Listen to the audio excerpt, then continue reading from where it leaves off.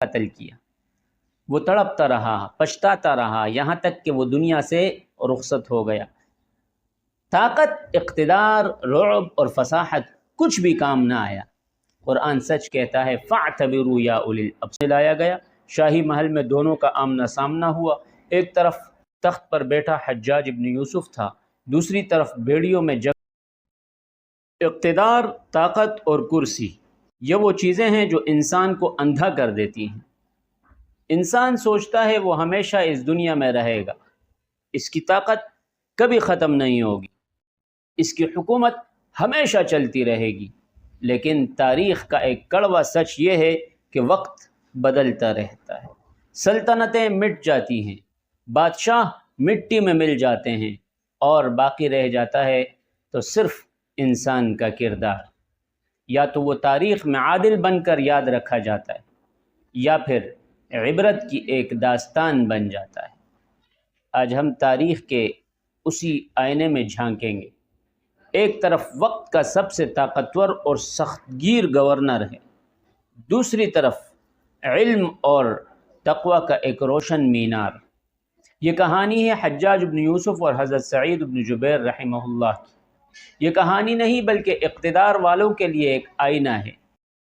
آئیے پہلے تاریخ کے ان دو کرداروں کو سمجھتے ہیں۔ حجاج بن یوسف وہ کوئی معمولی انسان نہ تھا، وہ حافظ قرآن تھا، بلا کا فصیح و بلیغ خطیب تھا۔ اس کی زبان میں ایک جادو تھا، انتظامی امور اور نظم و ضبط میں اس کی مثال نہیں ملتی۔ اس کے دور میں عظیم فتوحات ہوئی، اسلامی سلطنت کی سرحدیں دور دور تک پھیل گئیں، مگر اسی کے ساتھ ہی ایک تلخ حقیقت یہ بھی تھی کہ حجاج انتہائی سخت گیر اور ظالم تھا۔ مخالفت کرنے والوں کے لیے اس کے ہاں کوئی معافی نہیں تھی۔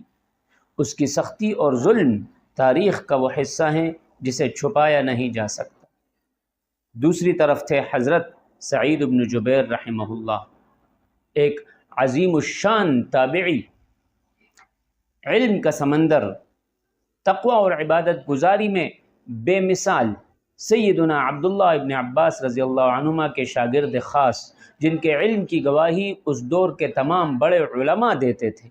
وہ ایک پروقار، صابر اور حق گو انسان تھے، جن کا دل خوف خدا سے سرشار تھا۔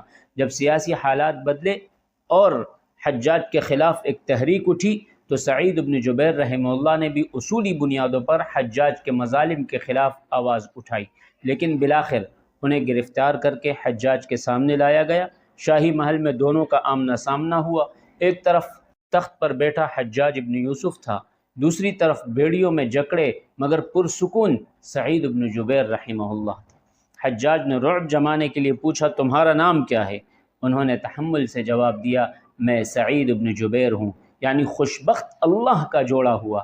حجاج نے طنزاً کہا نہیں، تم شقی بن قصیر ہو، یعنی بدبخت اور ٹوٹا ہوا۔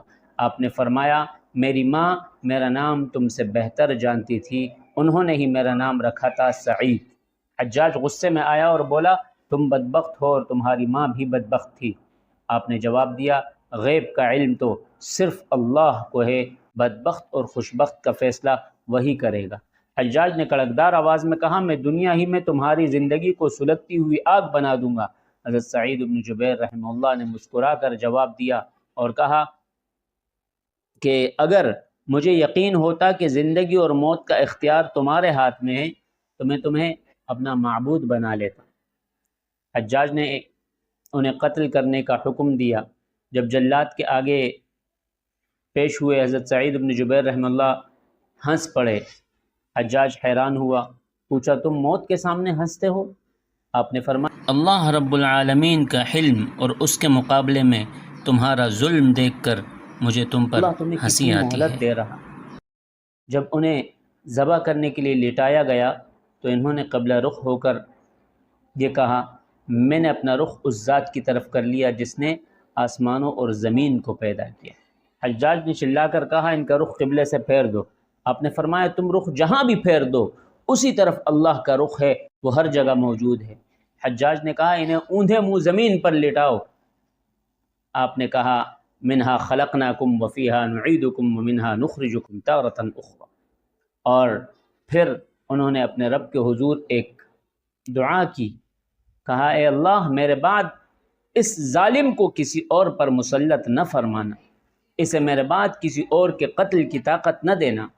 اور جلاد کی تلوار چل گئی، حق کی ایک اور آواز بظاہر خاموش ہو گئی، ظالم سمجھا کہ وہ جیت گیا، مگر خدائی عدالت کا فیصلہ کچھ اور ہوتا ہے۔ رسول اللہ صلی اللہ علیہ وسلم کا فرمان عالی شان ہے، زمین والوں پر رحم کرو، آسمان والا تم پر رحم کرے۔ حجاج نے زمین والوں پر رحم نہیں کیا تھا، چنانچہ آسمان والے کا فیصلہ بھی آ گیا۔ حضرت سعید بن جبیر رحمہ اللہ کی آخری دعا قبول ہو چکی تھی۔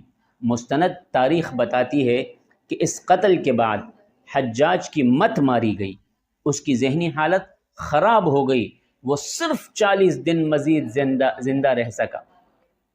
ان 40 دنوں میں وہ شدید بیماری اور تکلیف میں مبتلا رہا، اس کے پیٹ میں کیڑے پڑ گئے، ایسی بیماری لگی کہ وہ تڑپتا رہتا تھا۔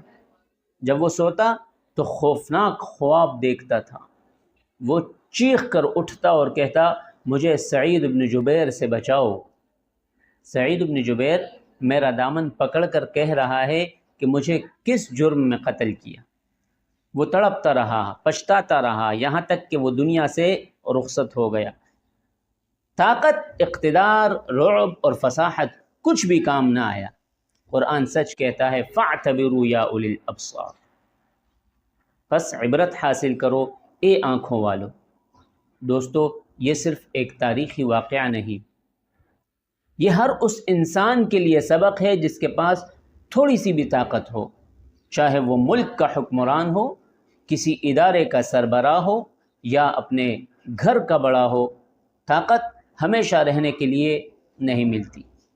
اختیار ایک امانت ہے، اگر آپ کے پاس طاقت ہے تو اسے لوگوں کے لیے آسانیاں پیدا کرنے میں استعمال کریں، انصاف کریں، مظلوم کی داد رسی کریں، کیونکہ مظلوم کے آنسو اور اس کی آہ عرش الہی کو ہلا دیتی۔ وقت گزر جائے گا، آپ کا اقتدار بھی ختم ہو جائے گا، لیکن تاریخ آپ کو کس نام سے یاد رکھے گی، یہ فیصلہ آج آپ کے ہاتھ میں ہے۔ اگر ظلم کرو گے تو حجاج کی طرح نشان عبرت بن جاؤ گے، اور اگر عدل کرو گے تو دنیا اور آخرت دونوں میں سرخرو ہو جاؤ گے۔ اللہ تعالی ہمیں ظلم سے بچنے اور انصاف کا دامن تھامنے کی توفیق عطا فرمائے۔ آمین۔ والسلام علیکم ورحمۃ اللہ وبرکاتہ۔